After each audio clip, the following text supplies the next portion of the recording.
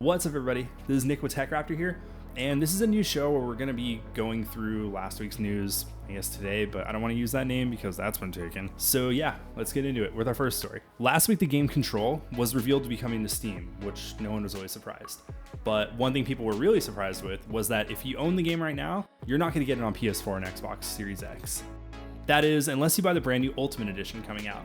While this news seemed pretty straightforward enough, some people are pretty mad about it, because if you bought all the current DLC with the current game or even the special edition or whatever, you're still not going to get the free upgrade. You can still play it on the new consoles, but you're not going to get whatever perks and features, ray tracing, are going to come over.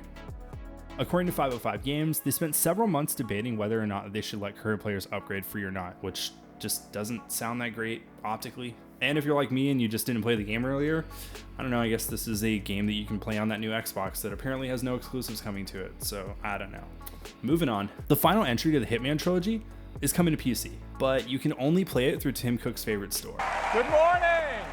That's right, it's an Epic exclusive. While some people still hold animosity for Epic for whatever reason, the developer and publisher, IO Interactive, has come forward with a pretty good reason why they went to Epic. Self-publishing Hitman 3 is a big step for IO Interactive in achieving our highly ambitious goals as an independent studio. Furthermore, this partnership with Epic has given us the freedom to create the game exactly as we imagined, for our fans and for our community uncompromised. Honestly, you can't blame them.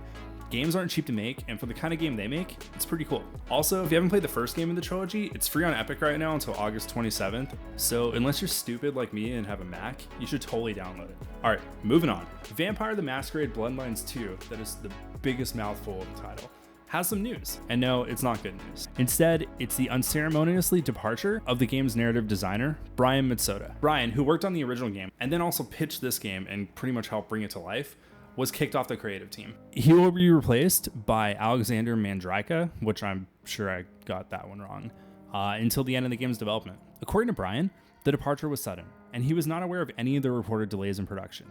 It appears that Brian may have just been canned due to the game being delayed and him being someone that really isn't a finisher. And honestly, this is actually kind of common in a lot of creatives, but they usually don't kick out the creative lead this far in development, so that's a little weird. We'll keep you updated as the story progresses, and I don't know, maybe the game will actually come out. I've been hearing about this thing for what seems like forever. Next-gen collector's editions of Ubisoft games might not come with the disc. In a strange but not totally surprising announcement because it's 2020, the Just Dance development powerhouse announced that the special editions of its upcoming titles will not come with a disc in the box. But what makes this even stranger is that this is only for the Xbox Series X version. So if you're buying it on PS5, you'll get the disc. If you're buying on PS4 or even Xbox One, you're gonna get the disc. But for whatever reason, if you're buying it on Microsoft's next refrigerator, it's not happening. We're not totally sure why Ubisoft is doing this. All we can do is speculate right now, and we've reached out, but as usual, like everyone else has reached out, it's pretty much just hit a brick wall. So yeah, if you have really bad internet like me, because you know, Los Angeles is a nightmare hellscape, don't buy the special edition, because honestly, physical games are still better. So yeah, that's it for this week. It's been a pretty slow news week, to be honest. Outside of Epic and Apple having their weird money fight and everyone just playing Fall Guys, not much has been going on. Still waiting for new consoles, and at this point, I feel like I'm gonna find out the launch price once I actually scan the PS5 in the store. But only time will tell there. If you think that we missed something or you want me to go into something else next week, just let us know in the comments below, and I will definitely be sure to reply probably at like 4 a.m. because I don't sleep anymore.